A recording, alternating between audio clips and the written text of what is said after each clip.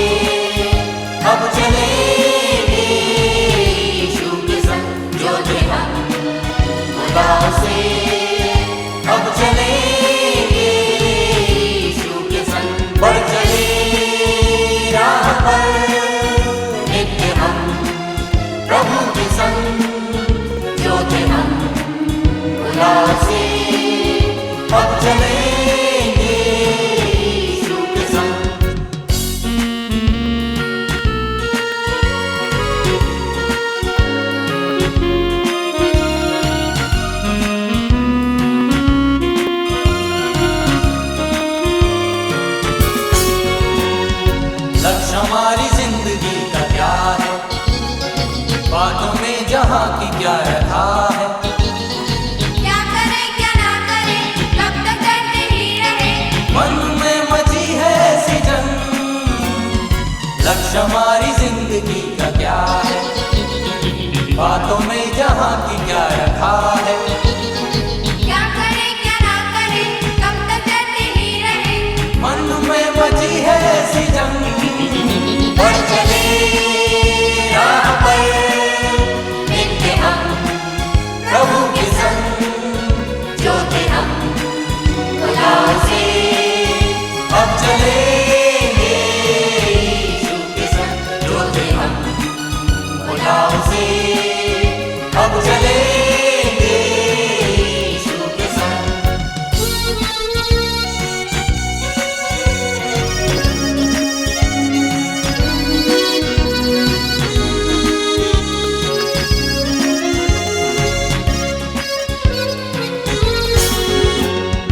हमने कौन से मार्ग को चुना है, ध्यान से वचन को क्या सुना है।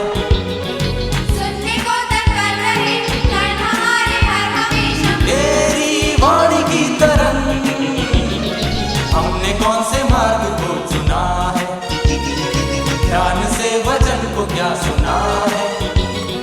सुनने को तत्पर रहे, कान हमारे हर हमेशा। तेरी वाणी की तरंग, बढ़ चले राह पर नित्य हम प्रभु के संग, जो थे हम खुदा से अब चलेंगे यीशु के संग, जो थे हम खुदा से अब चलेंगे यीशु के संग। बढ़ चले राह पर नित्य हम प्रभु के संग, जो थे हम खुदा से अब चलेंगे यीशु के संग, जो थे हम खुदा से अब चलेंगे यीशु के संग।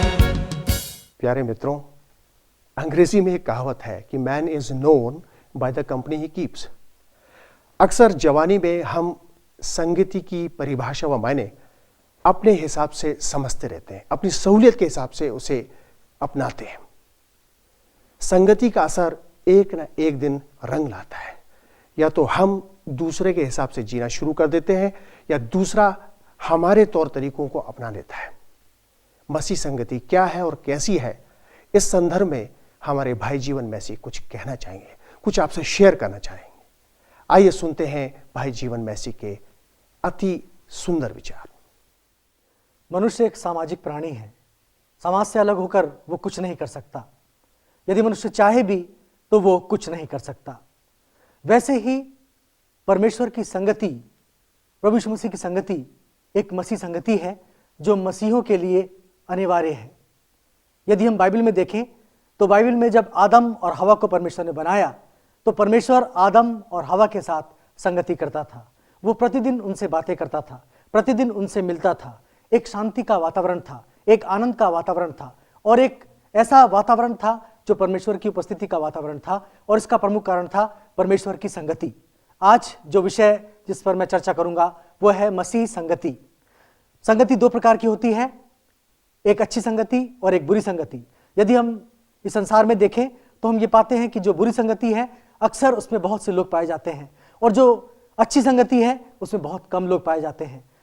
प्रभु यीशु मसीह संसार में आया, इस संसार में उसने सेवकाई की, भले भले काम किए, लोगों की सेवा करता रहा, उनका उपकार करता रहा, उनको चंगाई देता रहा, उनको जीवित करता रहा और इन सब बातों के कारण प्रभु यीशु मसीह ने एक ऐसी संगति लोगों को दी जो संगति मनुष्य को आनंद देने वाली संगति है और इस संगति को मसीह संगति कहते हैं। आज मसीह संगति के विषय में मैं कुछ बातें आपके सामने रखूंगा। पहली बात, जो मसीह संगति है वो हमको खुशी देती है, वो हमको आनंद देती है, वो हमारे तनाव को दूर करती है, उसके कारण हम आनंदित रहते हैं, उसके कारण हम बहुत सी बातों से बचते हैं। आज यदि संसार में देखें जो लोग प्रभु यीशु मसीह की संगति में नहीं है, जो मसीह संगति में नहीं है, यदि हम उनके जीवन को देखें तो बहुत सी समस्याओं से वो घिरे रहते हैं और उन समस्याओं का अंत नहीं होता। बहुत से लोग तो परमेश्वर की उपस्थिति के अभाव के कारण आत्महत्या कर लेते हैं। बहुत से लोग निराश होकर अपने जीवन से हताश होकर अपने जीवन को समाप्त कर लेते हैं। मसीह संगति के लिए जो बातें आवश्यक हैं उनमें दो प्रमुख बातें हैं। पहली बात, यदि मसीह संगति में आपको रहना है तो सबसे पहली जो बात है वो ये कि आपको प्रभु यीशु मसीह का प्रगटीकरण करना है। आपको बताना है कि आप प्रभु यीशु मसीह को मानते हैं, आपको बताना है कि प्रभु यीशु मसीह आपका उद्धार करता है, आपको मुंह से उसका अंगीकार करना है। बहुत से लोग जो प्रभु यीशु मसीह को मानते हैं परंतु अपने मन में रखते हैं और लोगों के सामने प्रकट नहीं कर पाते और ऐसे लोग मसीह संगति से दूर हो जाते हैं। यदि हमें मसीह संगति में बने रहना है तो हमें प्रभु यीशु मसीह को प्रकट करना होगा। हमको बताना होगा लोगों को, जो लोग निराशाओं में हैं, जो लोग टूटे हुए हैं, उनको हमें बताना है कि जो मसीह संगति है उसमें आकर आपको निराशाओं से मुक्ति मिल सकती है, आपको आनंद प्राप्त हो सकता है, आप नए जीवन में आ सकते हैं, आप नए जीवन की चाल चल सकते हैं। दूसरी बात, मसीह संगति हमारी किस प्रकार छूट जाती है या हमसे दूर हो जाती है जब हम संसार में खोए रहते हैं।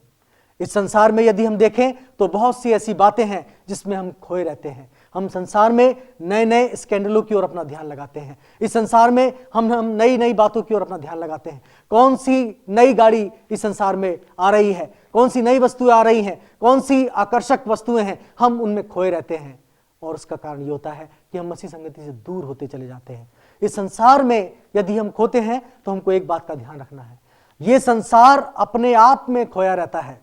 एक घटना का वर्णन मैं करना चाहता हूं। सितंबर 1985 की बात है। यूएसए के न्यू ऑरेंज शहर में एक स्विमिंग पूल है जो बहुत बड़ा स्विमिंग पूल है और वहां पर एक कार्यक्रम आयोजित किया जा रहा था। उस कार्यक्रम का मुख्य जो आशय था वो ये था कि उस स्विमिंग पूल में कई वर्ष बीत गए थे और कोई दुर्घटना नहीं हुई थी और उस समय एक बड़े आयोजन को वहां रखा गया।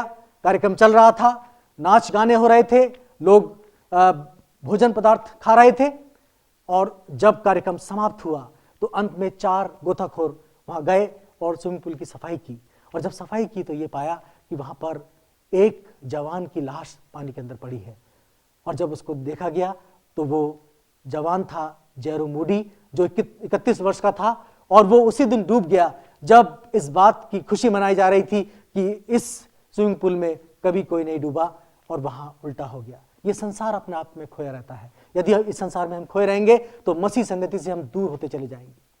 हमें मसीह संगति में बनाए रखने के लिए एक बात जरूरी है, वो ये है कि हमको इस बात को ध्यान रखना है कि हम परमेश्वर के साथ हैं और परमेश्वर हमको कभी नहीं छोड़ता।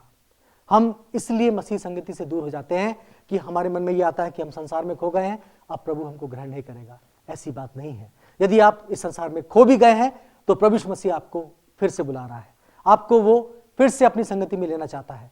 आपने उसका हाथ थामा था परंतु इस संसार में खोने के कारण आपने अपना हाथ हटा लिया, परंतु परमेश्वर का हाथ वहीं पर है। वो आज भी आपको बुला रहा है। वो चाहता है कि आप उसकी संगति में रहें।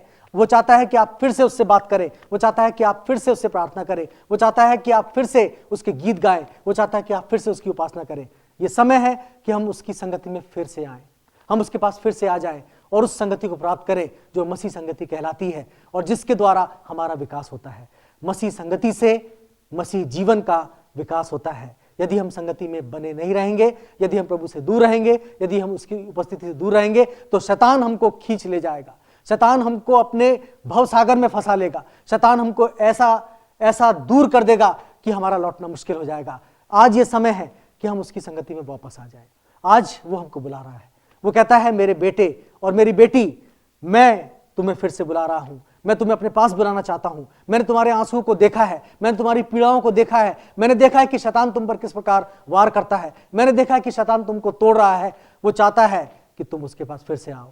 आज ये अवसर है कि यदि हमारी संगति शैतान की संगति हो गई है, यदि मसीह संगति से हम दूर हो गए हैं, तो हम फिर से प्रभु यीशु मसीह की ओर ताके, हम फिर से प्रभु यीशु मसीह के पास आए। वो फिर से आपको बुलाना चाहता है। वो नया जीवन आपको देना चाहता है। वो नए समर्पण के साथ आपको मसीहत में आगे बढ़ाना चाहता है। यदि आप उससे दूर हो गए हैं, यदि मसीह संगति से आप दूर हो गए हैं, तो आप उसके पास पुनः आ सकते हैं। आज आपको आमंत्रण है। निर्णय करना आपके हाथ में है। जो निर्णय है वो आपके हाथ में है। आप चाहें तो नहीं आ सकते, आप चाहें तो आ सकते हैं। प्रभु यीशु मसीह ने अपने वचन में कहा, प्रकाशित वाक्य में, मैं द्वार पर खड़ा हुआ खटखटाता हूं। जो कोई मेरा शब्द सुनकर द्वार खोलेगा, मैं उसके पास भीतर आऊंगा और उसके साथ संगति करूंगा। यदि आप उसका शब्द सुनते हैं, अपने हृदय के द्वारों को खोलिए, उसको अपने अंदर आने दीजिए, उसको अपने हृदय में आमंत्रित कीजिए।